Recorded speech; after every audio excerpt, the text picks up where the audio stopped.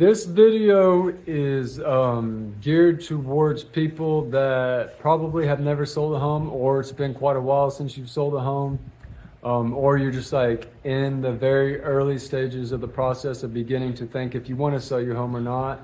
This is probably one of the first searches that you've looked at, and so right here, this is it's not meant to be a very detailed video, but just kind of get the gears going and get you thinking about, okay, what does it entail to sell a home?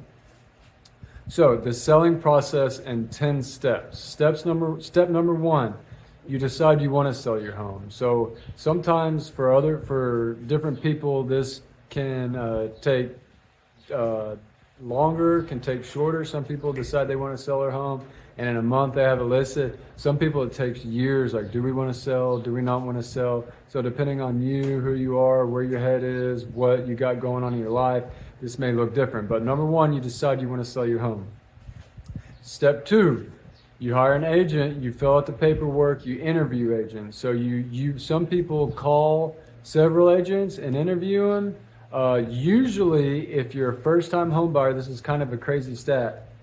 This comes from NAR, National Association of Realtors. People hire 82%, maybe even 92%, really high number, hire the first real estate agent that walks through their door. Okay, so most people don't even hire more than one agent. But step two, call agents, interview agents, and you fill out what's called listing paperwork that says you giving me, hiring me, giving me the ability to list your home and sell your home. Step number three, get professional photos taken. So nowadays it's pretty common practice for a realtor to pay to have professional photos come and taken of your house. So once you get everything, all the paperwork done, you got your list price, your realtor's gone through comps, you've hired them, you get professional photos taken. Step four, your home goes on the market. So once your home goes into the MLS, it automatically goes on all those other websites, like literally thousands. Realtor.com, Zillow, Homes.com, all those websites it'll go on to. And then showing start. That's part of step four, showing start. So you begin showing your house. If you listed it right, if you didn't list it too high, if your agent, did their job, did it right, and you took their advice and didn't want to go like way higher or something, you should begin to have showings, also depending on what you sell. Number five, hopefully if showings go well, you get an offer, and then you start the offers and negotiations. Now, I could spend way more time on this just going over listing paperwork, contracts, and all that stuff, but for the sake of this video, we're just going to say offers and negotiations. So you're negotiating the offer, closing costs for a buyer, all that stuff. Number six, once you go under contract with a buyer, their inspection period will start. So you can write anything in the blank of the contract, but typically it starts the third day after the last signature. So depending on if you had counters go back and forth or not, once the last signature is signed, after that third day, inspections begin. And it's usually, inspection period is like 10 to 14 days. So again, depending on what you're selling, sometimes it's shorter, sometimes it's longer. So after you go under contract, the buyer starts their inspection period, and they can have anyone, the verbiage on the contract is pretty vague, anyone that they deem qualified. So you can make an argument that a buyer deems their mama qualified. So inspections start. After the inspection period, the buyer's realtor will send something called a TRR, a treatments, replacements, and repairs. This is the form that the buyer uses that sends to you, the seller, asking you to fix this, this, and this. This is negotiable. It's important to keep this step in mind whenever you accept an offer, because very rarely is a home actually sold as it is. Even if it's like in beautiful condition, sometimes buyers, they just feel like they need to ask for something. Sometimes it's ridiculous.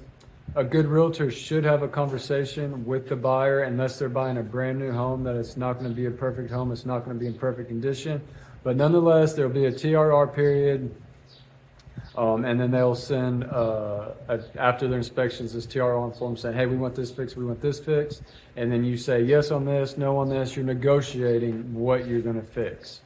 Then you have your appraisal, which the appraisal could be done before this. But the appraisal is the bank sending out a neutral third party, an appraiser, to appraise the value of your home. They are making sure that the bank is not offering $400,000 on a home that's only worth $350,000.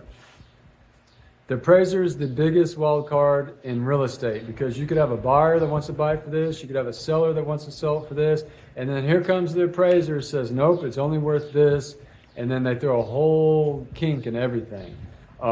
They can also come up with something that's called appraisal requirements. And again, this is getting a little more detail for what this video is actually designed for.